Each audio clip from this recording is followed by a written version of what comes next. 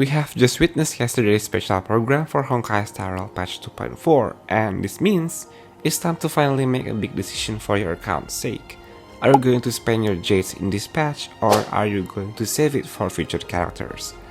Today in this video I'm going to help you in making that decision, and hopefully this will help you to choose which character is worth the pull. So let's do a little breakdown for each characters. First of all, the first character that is going to be in the first half of the patch is Yunli.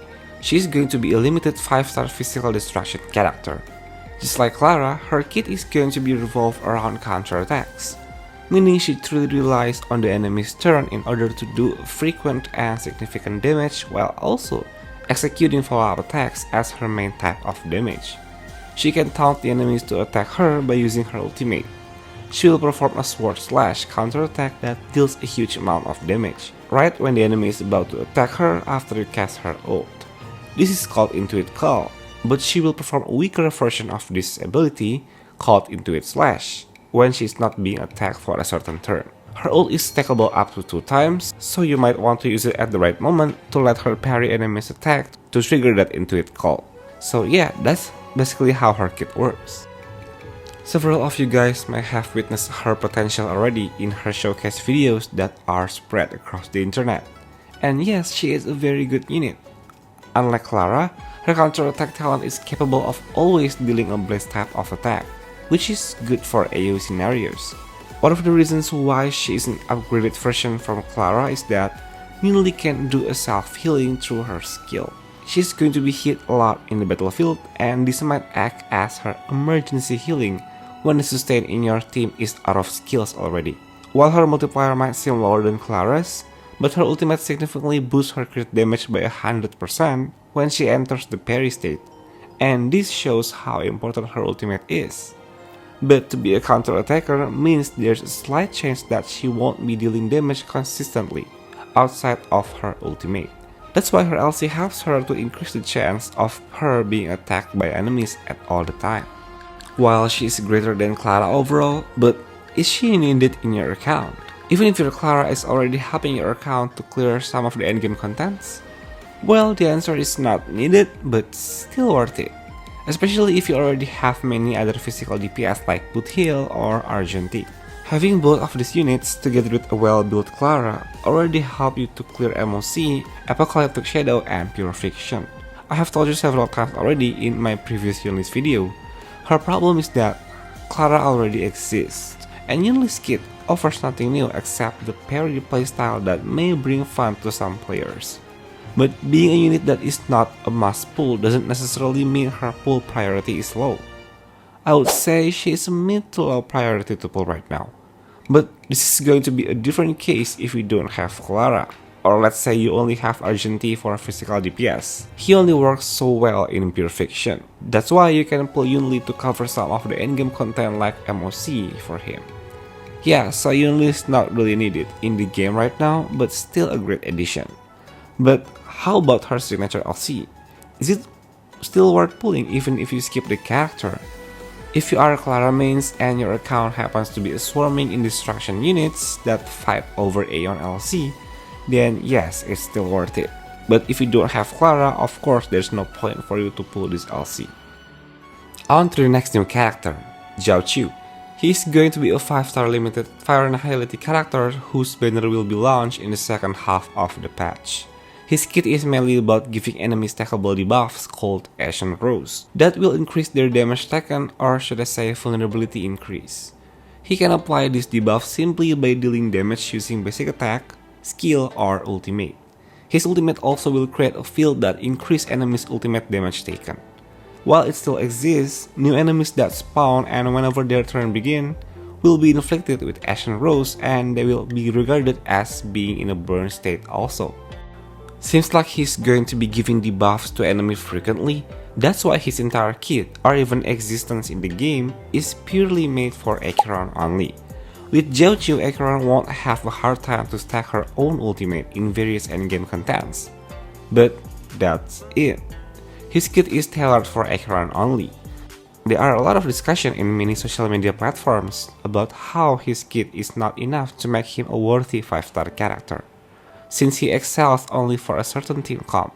What's worse is that Acheron is already a broken unit from the start, and to add another new unit to her teams almost feels unnecessary, especially since there is nothing special in what Jiaoqiu brings. His existence can be replaced easily with other units that already exist in the game, such as units like Pella or even Guinaifen, which both are free 4-star characters. And an LC like Universal Trend for the preservation unit can still work for Acheron's team. So if you want to make your Acheron undergo some significant upgrade, then you should pull for her LC or Eidolons instead, rather than pulling for a whole new unit like Jiaoqiu. It's true that now Jiaoqiu can be at least useful in dot team comms, since enemy with Ashen Rose tag now can be regarded as in a burning state. But again, it's not a necessary change.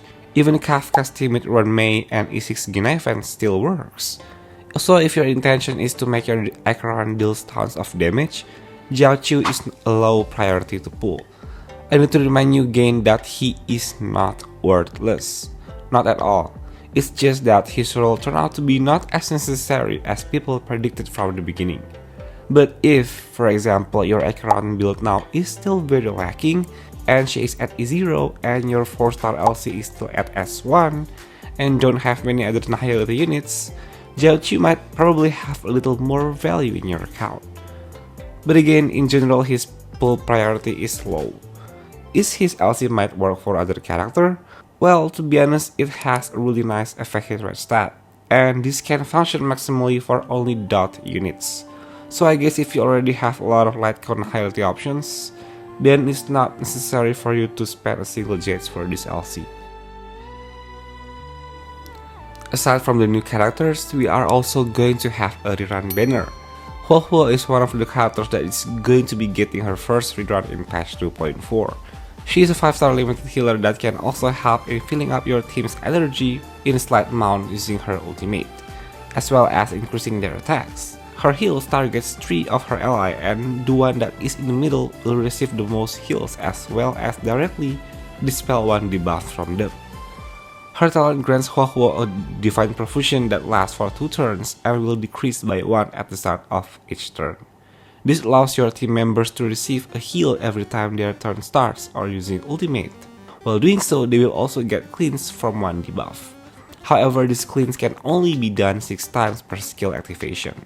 Thus, you need to recast her skill again, and this makes her a somewhat SP neutral support. Huohuo is one of the best healers until now, especially if your team consists of a unit that greatly appreciates any amount of additional energy, such as Argenti for example. Her healing amount is also great and has AoE by default, and to be able to automatically cleanse her allies right after the turn starts might save them. For example, your team action won't be delayed from freeze debuffs since Huohuo's cleanse will act first. She is capable of doing frequent cleans than any other healer, so I think this is what makes her stand out from others. Another thing that is good about her is that she is a abundance unit that can also have the ability to give attack buffs to her allies, where it is typically only most of the Harmony units that can do that. However, in order to get the full benefits from her ultimate buffs, it is not as easy as it looks, since Huohuo herself has a high energy cost, which is 140. Though it may not be a huge problem, since one of her traces grants her additional energy every time her talent is activated. Thus, using a high speed unit to take more turns can give Huohuo more high energy. Furthermore, player must recast her skill if she runs out of divine provision and makes her a not SP positive unit, like any other healer such as Locha and Gallagher. So in my opinion, she is a great healer, but if you already have a good sustain such as Aventurine, Locha, Fusion, or even a well-built Gallagher, I think you can easily skip her banner without regret. Especially a new drip marketing just launched several days earlier, we will get a new healer for patch 2.5, which we will discuss later in this video about Lingsha's kit. However, if you are a new player or still lack a good sustain, Huohuo is a good option for your account, so her priority pool is going to be mid to high, depends on account condition. And how about her LC then? It's a good one but not must have. This is not something that you should pull even if you don't have the character. And then we have Sparkle. She is a 5-star limited Harmony Quantum character that is going to increase your team's SP cap and recover some of your skill points through her ultimate. Sparkle has the ability to boost one of your allies' crit damage significantly, as well as grant their action a 50% advance forward. Her talent also boosts the whole team members' damage whenever they consume skill points. She is a very good character for the existing or for future units that is very SP hungry, since she is capable to replenish 4 skill points when she casts her low cost ultimate. So for now, one of the characters that has great synergy with Sparkle are Deal or Qingque. Though she can be paired with just anyone that favors crit damage boost for their kit, these two characters are the most greatly affected by Sparkle's existence. She can also fill in to complete Jingyuan's premium team. This is due to her crit damage boost that lasts until her next turn. So Jingyuan's Lightning Lord or any follow-up attack still benefits from this, unlike using Bronya's buff. The only downside to her is that probably the huge investment in her stat, especially if you want to play her with hyperspeed that requires you to give her around 160-ish speed. Overall, she is a really great unit. There is no regret in pulling for her since she has a great value. However, she's not a must pull if you can manage your skill points just fine, and you don't use any SP hungry characters. She's a great addition for your account, but for now, since we are in the break teams era, Sparkle pull priority will be medium to high. Another thing that you should consider in pulling for 2.4 characters is to at least know some of the future characters' capabilities. Both Feixiao and Lingsha are going to be our next 5-star limited character in patch 2.5. Feixiao is going to be a hunt DPS that focuses on breaking while doing follow-up attacks. It is still unknown how her full kit is going to be. Is it going to play around super breaks, or just like Shui, that can still do crit damage but fully benefit from break effect and convert it into maybe a follow-up damage bonus? Her ultimate is going to enhance her skill and basic attack that both have a lot of multiple instances of attacks. So I'm assuming that she's going to be a great toughness breaker, since it will have a high toughness reducing damage, thus resulting in a high damage of super break. As for Lingsha, she's going to be a fire abundance, just like what we saw in her drip marketing. Many people say that she's going to be a huge upgrade from Gallagher, since her kit will revolve around healing, cleansing, and breaking. All of Lingsha's skills include basic attack, skill, and ultimate are offensive types. She will summon a rabbit in the action bar similar to Nambi that has a certain speed. When the rabbit's turn arrives, it will heal the entire party as well as dispelling their debuffs. She must use her skill to speed up her rabbit action and using her ultimate to make the rabbit's turn to be advanced forward by 100% and to act as emergency healing. At this point, Lingsha may not be an SP positive unit, so I guess Gallagher still useful in Firefly's team. So after knowing both of their kit, what do you think about their pull priority? Are they going to be a high, medium, or low? Or still need more info for this one? Please let me know in the comments.